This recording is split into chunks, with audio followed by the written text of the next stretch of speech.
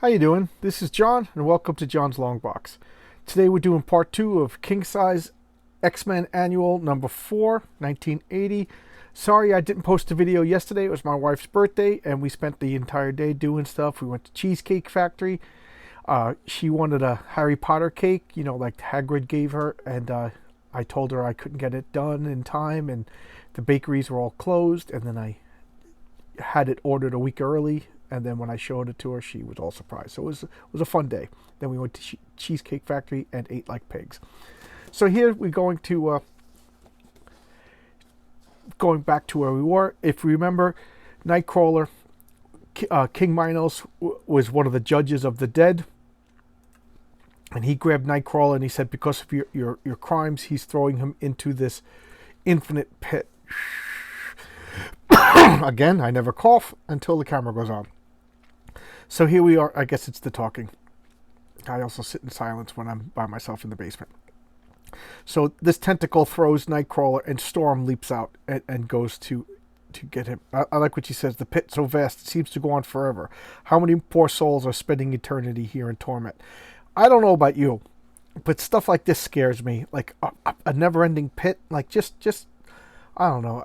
Like while I'm driving, or if I'm sitting down here, I'll daydream about stuff like this, like the vastness of space, or a never-ending pit. Oh, that stuff kind of scares me. So here she is. I like this. Do not fear, my friend. I have you. So she grabs him by the tail, and Storm is pretty strong. So she's capable of supporting a full-grown human's weight. Nightcrawler is not. He's an acrobat. He's not really a big old muscle guy, but he's still a full-grown adult human, or at least 21. And I like this. The winds are good here, and we should be back at Minos' palace in no time. And then, for whatever reason, a hurricane. Where did this come from? The air must hold on to Kurt, and now she's struggling. So look at her kind of flopping around. She's flying, and I think they kind of forgot about this, but originally Storm couldn't fly. What she did was she would summon winds, and she would spread out this big heavy cape, and the winds would push the cape, and it would like push her. It would toss her in the winds. And I think now she has like the full on power of flight. So she's kind of flopping around. So this is kind of scary. I have to fight free of it, and here she's struggling. And look, here's all the damned suffering. I just love this, just such good artwork. And here come harpies. The entire flight of them, the odds are bad, and they seem to be able to fly easily. So for whatever reason, these harpies aren't hindered by these storms that are tossing, that are the hurricane winds are tossing Storm around like a wash rag in the wind. She doesn't have any grace, and she's just firing lightning bolts. And that's another thing. She doesn't shoot lightning. She just like summons lightning. So the lightning is just flying around, and she's causing these to fly around. Dispersing them. That's the word I was thinking. And she summons like a tornado to push the boy. She's using her powers to the maximum. And then this always got me. She gets stabbed in the back. Oh man, that always got me. And she falls into this vortex, and he's able to teleport. He, never ported so far nonstop, didn't make it. It's an effort just to breathe. So here he overextended himself. Storm, where is she? She said she'd follow. Saying is one thing, doing is something else. She's below in whatever circle that's appropriate for her. She'll be there forever, unless someone has to go and get her out. So now, not only do they have to rescue Nightcrawler, but now they got to rescue Storm. He's like, oh my God, no! I know what I did, and I know you want to punish me more than I've already punished myself. He goes, but not Storm, not because of me. He goes, that tears it. I love this. He pops his claws. Are you threatening me, little man? Yep. So look at that. This ain't your fight, Doc, but we seem to could use your help. You know the rounds. Will you join us? Because my dear Wolverine, I wouldn't miss it for the world. He's like, something doesn't fit here. So he right away knows that there's something not quite right. Why he doesn't just use the Eye of Agamotto and reveal the truth? Plot. So here they are. They're going down to try to find Storm. And here comes Cerebus. I know everybody says Cerebus, and I'm a snob, but in Greek, the C's are pronounced like K's. So that's Cerebus. And so it's really Cyclops instead of Cyclops. But again, I'm being snobby. So Cerebus. So they're fighting and they chase him away, and he's just like, "We're doing well, too well. I don't like it. Not good." You know. Oh, look at this ad. I always hated this. This Marvel comic could be worth $2,500 to you. I just love it because to me it was on one of the greatest X-Men comics of all time, and this banner just ruined it. Oh, it just drives me nuts. And I've never seen the end of that. Did anybody win? Does anybody know who won? I should look it up. See, here they are wading through the damned. This is the fourth circle, the avaricious, and the fifth, a nice Anosabog, home of the wrathful, those quick to anger, no matter how trivial the cause. So look, here's just somebody on a tree. Because I ain't ashamed of what I've done, though, or what I am. However it comes, I'll handle it. I'll survive.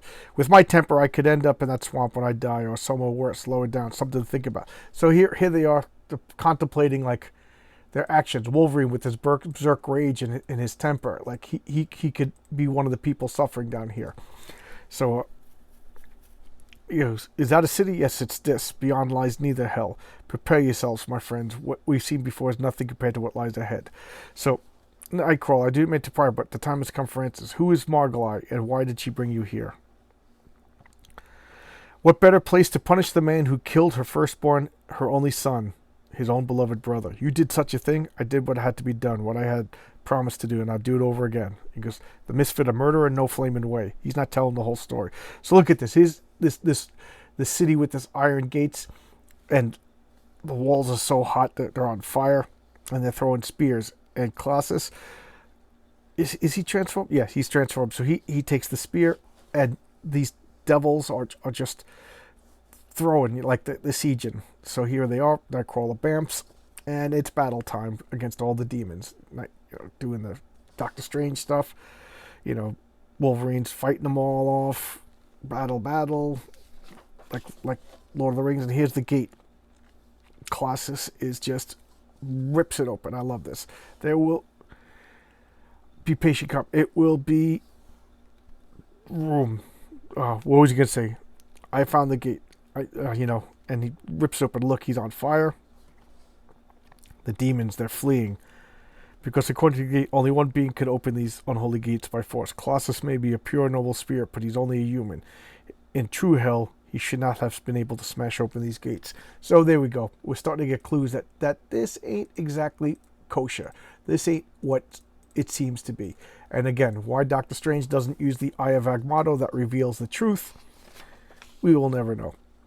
Oh, also, I must point out that in the beginning, when Doctor Strange uses the Eye of Agamotto on Nightcrawler,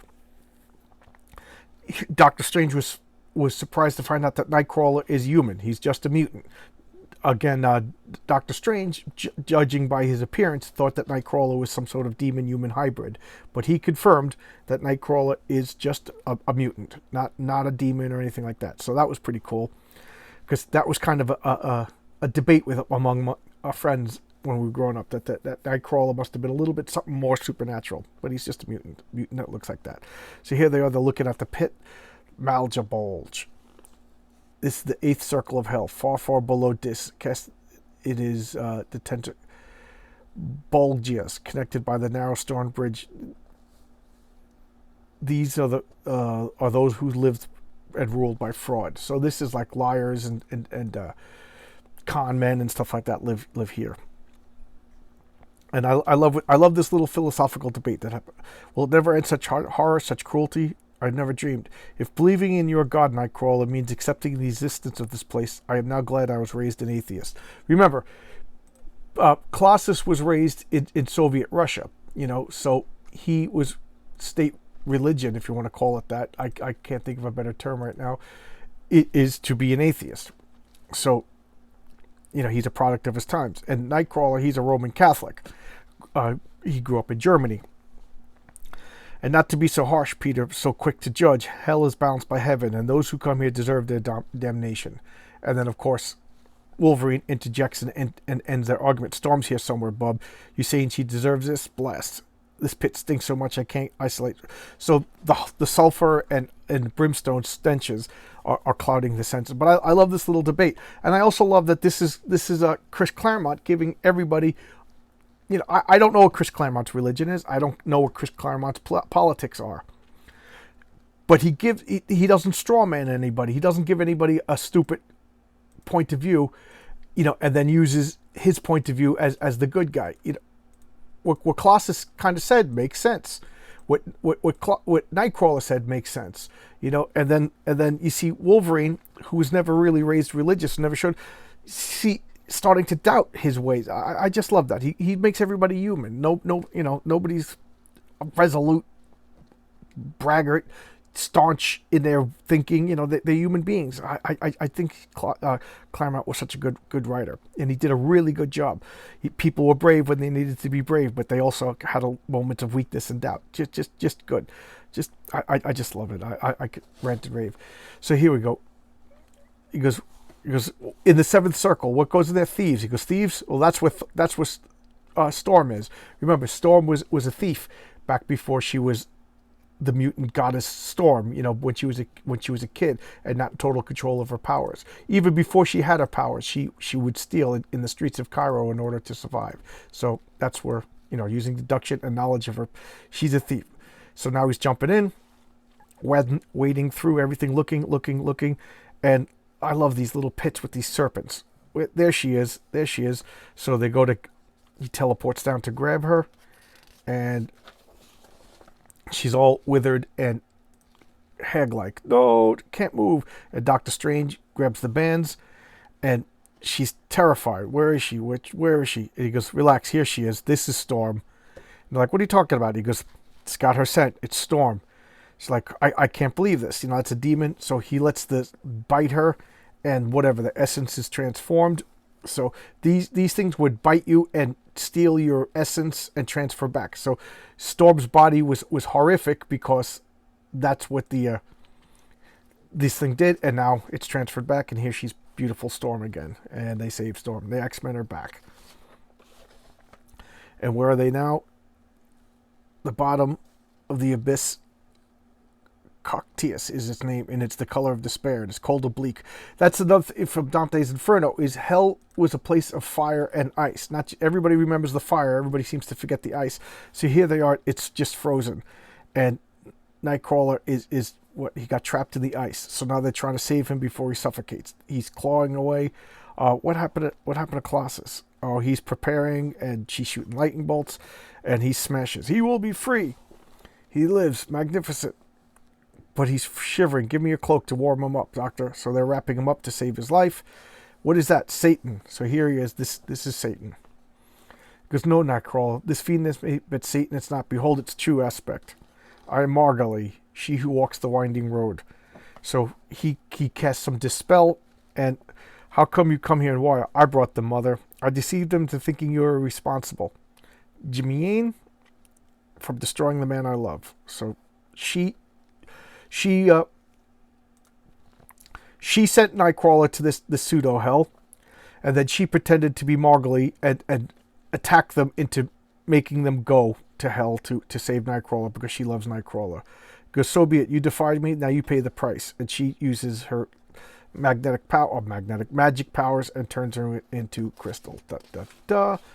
And then we have Heroes World. I love all these gadgets, superhero T-shirts. Like I said, back then comic books sold so well that they licensed it out for products, and then the people who made these products paid to advertise in the comic books to sell the comic book stuff. It was just so brilliant. That's how powerful, that's how well comic books were at this time. It's so great. You don't see stuff like this anymore. And now we have O.J. Simpson. You don't see ads with O.J. Simpson in any. I don't know why. Show them your heels. So O.J. Simpson's promoting sneakers, not gloves.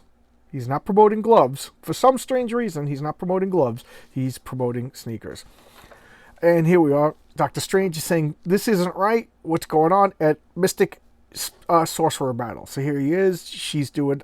I just love that stuff. And stop it. Please, no more blood, no more pain on my account. Can you end this, Kurt? Yield, and your friends were free to go. My quarrel was never with them, only you. So... now it's time to reveal your life for an eye for an eye, Kurt. Your life for the son you murdered, and he murdered no one. So apparently this magic wand is a big deal.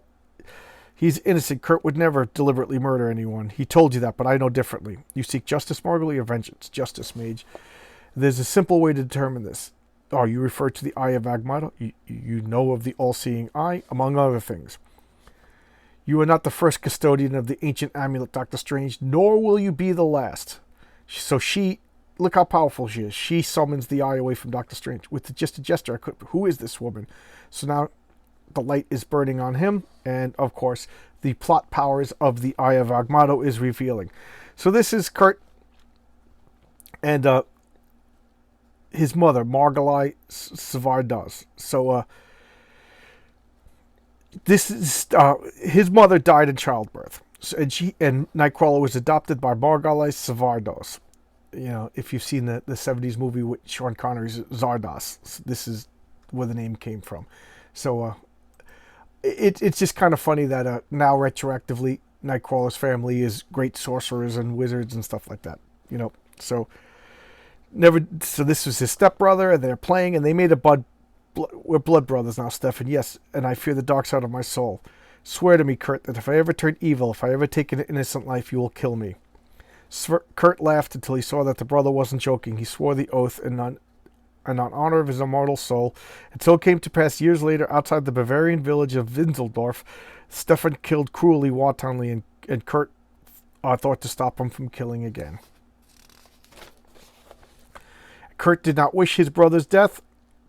He fought Stefan with all considerable weapons, physical, arcane, at his command, and Kurt struggled with them, and his neck snapped. So he killed him. He fulfilled his oath even though he didn't want to. So now she's satisfied that under the Eye of Agamotto, which is irrefutable proof that Kurt is innocent, didn't do it, and so she forgives her adopted son. And I'm going to leave now because, you know, I tortured you and I sent you all to pseudo hell, and she's super powerful. You know, I mean, she took Doctor Strange's Eye of Agamotto away from him. I mean, we got to talk about that. So, and then who is Jermaine? This is Amanda Stefton, Kurt, your girlfriend. So that's kind of creepy. That and then she's a super powerful witch. You'd think that would have helped when Arcade captured her, but there you go. Because as John Byrne said, all of a sudden one day Chris Claremont got into witchcraft and stuff like that, and then everybody was a witch in the X-Men. So she forgives his girlfriend, and, you know, thanks for helping me out. Let's go back to your birthday. And everybody's happy. And you're an X-Men. Like, everybody celebrate. Get over here, kitty. He's like, you're an X-Men. I am. I mean, yeah, wow. And now they do the group pose, and Peter's wonderful, you know, because these two had an on-again, off-again relationship for years. They're heroes, and thus they are. And Epic Illustrated, this was wonderful. This was the Dreaming City. I got a hardcover copy of this. This is Pete Craig Russell and Roy Thomas. I did a showcase of the Pacific Comics continuation of this, but this was wonderful. Get this. I love it. And here is the letters page referring to this comic. You stink, murderer. David Champagne, Laura Cooksey, Lucius Dario, and Brad Englefred. So here you go. And now we got Legos. So that was the second part. Sorry to take the day off yesterday, but I'm sure you can understand. It was my wife's birthday, so you know that outranks this. So I love this. I absolutely love this. I read this over and over and over again. I was totally into Dungeons & Dragons at the time, so you better believe I was going through the monster manual and looking up all the devils and demons and, you know, making little maps of my Dungeons & Dragons hell. I loved this so much. And how many X-Men comics did I showcase? I showcased Annual 3. I showcased Annual 4, and I showcased the very first issue of the X-Men. Notice that none of them had to do with persecution and the X-Men and identity politics and all that stuff. It was just adventure comic books. It was wonderful adventure comic books.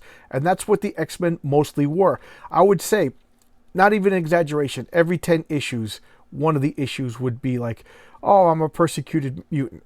Most of the time, it was just like superheroics. Let's go to space. Let's fight the Brood. Nightcrawler's soul. Archon attacks. Magneto is threatening with nuclear weapons. You know, today it is just so boring. It's just one note. It's just persecution, you know, whatever. X-Men. And you know what? The X-Men are kind of villains today anyway, but that's a whole other thing. But back here, they were heroes. They did the good thing.